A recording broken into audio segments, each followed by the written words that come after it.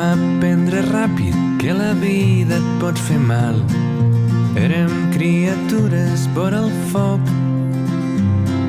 Totes les històries que baixaven riu avall són encara el nostre gran tresor. Vam entendre ràpid la paraula lleialtat, lluny de la mirada de tothom. Totes les històries d'allà baix a l'Arenal són encara el nostre passaport. Eric Vinaixa és el que es podria dir un corredor de fons. El seu idil·li amb la música ja ve de molt lluny i, de fet, el seu primer gran compromís amb aquesta meravellosa forma d'art data de quan tenia 6 anys i va començar a estudiar música al seu poble de Miravet.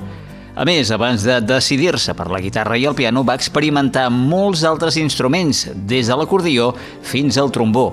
I com la majoria d'artistes precoços, als 15 anys entra a formar part de diverses bandes, un bagatge sòlid que li permetrà, una dècada més tard, posar dempeus el seu gran projecte Rodamons, amb el qual publica 2 àlbums, Temps Millors, escollit millor disc català del 2005, i Mama, del 2008. Després d'aquesta etapa a Rodamons, Eric Vinaixa va encetar una carrera en solitari que l'ha dut fins on és ara i que va arrencar el 2010 amb la seva primera referència, la famosa Gemma de Galveston. Eric, jo no sé si ets una persona de mirar enrere, però quin balanç fas d'aquesta primera dècada? La veritat és que sí que m'agrada mirar molt enrere. Soc d'aquelles persones que tenen nostàlgia existencial i m'agrada situar molt amb dates, amb períodes, amb èpoques, tant musicalment com vitalment. I clar, del 2010 al 2020 han passat moltes coses a nivell personal, a nivell musical, professional, a nivell social, de país. De sobte estem en una pandèmia, no? I professionalment te puc dir que, clar, 4 discos en solitari, després dels dos discos amb Rodamons, 4 discos que n'estic molt orgullós. Des del primer, la famosa Gemma de Galveston, fins a l'últim, La més bonica història. I és una evolució on veus les diferents fotografies emocionals dels diferents moments on jo he anat passant, transitant, sempre reflectits en la música que faig.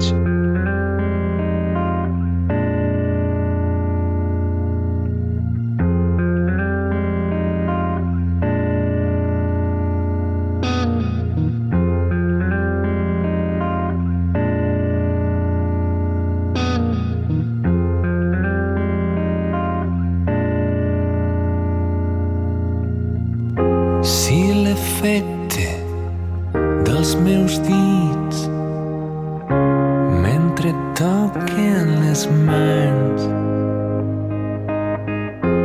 no et desperta aquell instint que senties abans, és moment de separar els camins, de desfer l'enllaç. I tu, amor meu, salta a l'espai. L'Eric Vinaixa ha citat La més bonica història, el seu quart disc d'estudi publicat recentment i que arriba 3 anys després de Caos a mig camí, un títol que pràcticament ja ho diu tot. És clar que s'acostuma a dir que l'harmonia és dins del caos i que per aconseguir l'harmonia és necessari submergir-se prèviament en el caos. I així, com una mena d'au fènix, l'Eric Vinaixa ha renascut amb La més bonica història, un treball honest i coherent, amb 11 cançons on hi ha introduït sonoritats noves, però sense perdre el que es podria dir la seva marca de la casa, és a dir, les referències al rock clàssic. Quina ha estat la teva evolució personal i professional entre Caos a mig camí i aquest La més bonica història, i com ha reflectit tot això en aquestes cançons noves? Hi ha una cosa que per mi és molt important i és que sense evolució personal no hi ha evolució musical. I això crec que passa en totes les doctrines artístiques. I precisament quan vaig fer el Caos a mig camí és perquè jo estava en un moment vital d'això, de caos, de dubtes, de moltes preguntes, que no vol dir foscor, no vol dir depressió, al contrari, vol dir dubtes existencials, de veure que la vida va en sèrio, de veure, d'anar a buscar la llum, però des de la confusió d'alguna manera, no? I el que ha passat, la més bonica història, és que segurament després de reflexió, després d'experiència, després d'anar sortejant obstacles, relativitzar les històries, arriba un punt en què tot allò ho deixes enrere, o creus que ho has deixat enrere, assumeixes el joc de la vida, i per tant te surt un disc més lluminós. No és algo conscient, sinó escrius des d'una altra perspectiva i des d'un altre punt vital.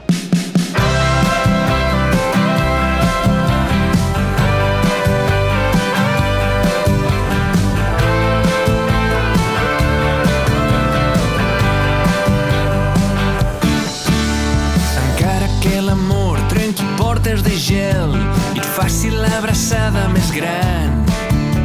Hauràs de ser més fort per fugir de la mel abans que et torni a vindre a buscar. D'alguna manera, la més bonica història també és fruit de la pandèmia, que ha obligat pràcticament a tots els músics a reestructurar gravacions i a esperar-se a poder tornar a sortir de casa més enllà de per anar a comprar, tirar la brossa o passejar el gos.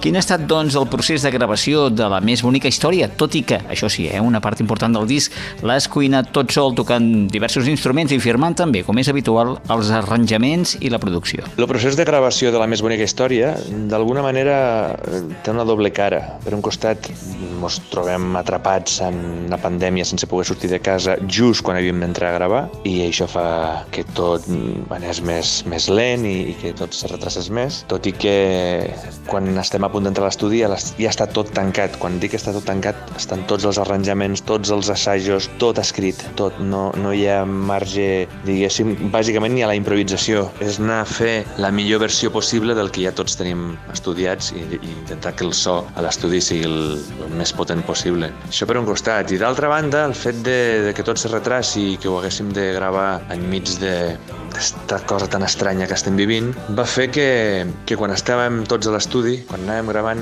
volquéssim totes les energies en pensar en que quan tot això s'acabi sí que viurem la més bonica història, no? Teníem una cosa a celebrar. I aquesta energia positiva i lluminosa d'alguna manera queda també reflectida al disc.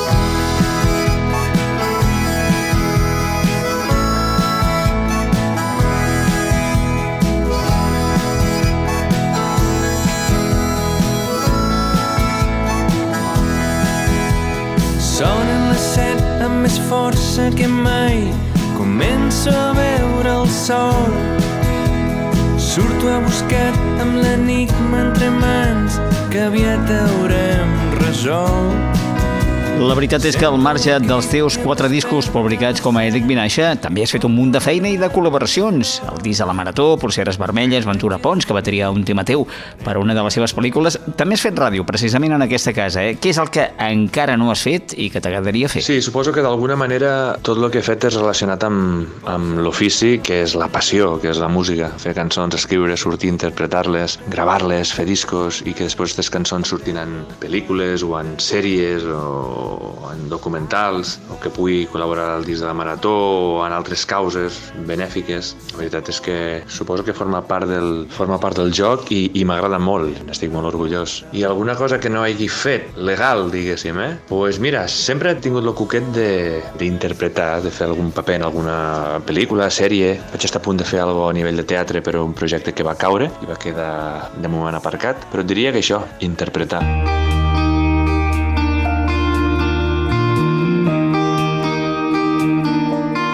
Dóna'm la mà, que anirem per la riba, ben a la vora del mar, bategant.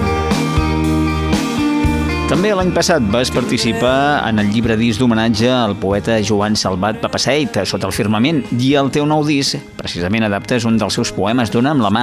Què té Papasseit que t'atrau tant? I, per cert, has dit que és el Jim Morrison català? Sí, Joan Salvat Papasseit és un dels grans. Jo crec que no està reconegut com se mereix. Bueno, tenim en comú que sa mare era de Miravet, del meu poble, i això vulguis que no hi ha... que era un lligam, un vincle. I jo vaig participar en este disc homenatge al poeta l'any passat, Sota el firmament, i vaig escollir aquesta cançó, precisament Dóna'm la mà, perquè la recordava de quan era petit i anava a l'escola i tenia un mestre català que mos ensenyava i mos explicava això, que sa mare era de Miravet, i la vaig escollir la vaig escollir per musicar-la i no la volia musicar d'una manera a l'estil cantautor tradicional, no? Així que la vaig fer així en plan més pop, més fresca, més actual. Papaseit és un tio que és de veritat. Sempre dic que és el Jim Morrison català per la manera en com tocava la vida, la llibertat i la sexualitat sense complexes. Així que des d'aquí una abraçada als seguidors i a l'obra de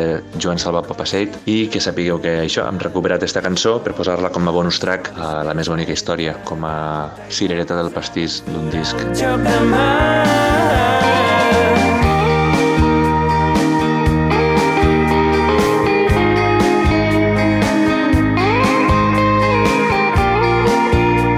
Doncs ja per acabar, Eric, presenta una de les cançons del disc. És molt difícil triar i escollir una cançó perquè totes són filles teues i totes te les estimes per alguna raó en concret, totes tenen la seva personalitat, les seves característiques. Però ja que ens vam mullar i vam agafar com a single la cançó precisament que porta per títol La més bonica història, doncs la presentarem, La més bonica història, que no deixa de ser una metàfora de reconnectar amb tu mateix després d'haver passat per èpoques difícils, després de vindre del caos, que és d'on veníem musicalment i vitalment segurament també. Reconnectes, no et fa mal pensar per on has passat i això acompanyat d'un videoclip preciós que vam gravar precisament al meu poble, Miravet, venint de la solitud de les muntanyes per arribar al casc antic del poble i trobar-te la gent que et rep amb un somriure i acabar allà baix de tot el riu amb aquell meandre tan espectacular que tenim davall de l'església vella, tocant el piano amb tot il·luminat. No deixa de ser una metàfora de que la vida val molt la pena, de que la més bonica història és la nostra, és l'única que tenim i l'hem de saber viure. I un cop passats els mals tràngols, seguim endavant i llarga vida al rock and roll.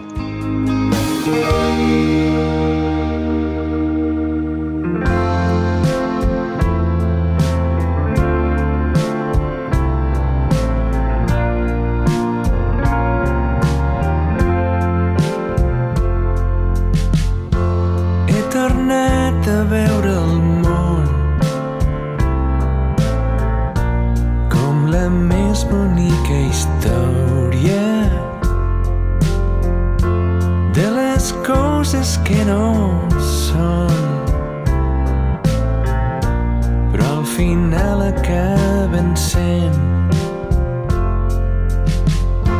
He tornat a dir el teu nom abraçat a la memòria, recordant com era el so d'estimar-te eternament i era preciós, intens, com una riuada d'estels.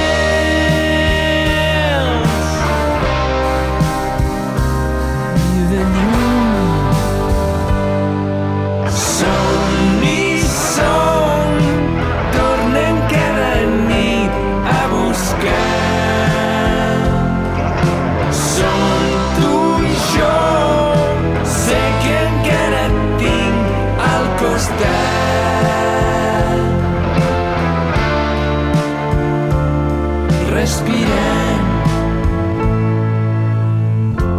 he brindat pel teu record,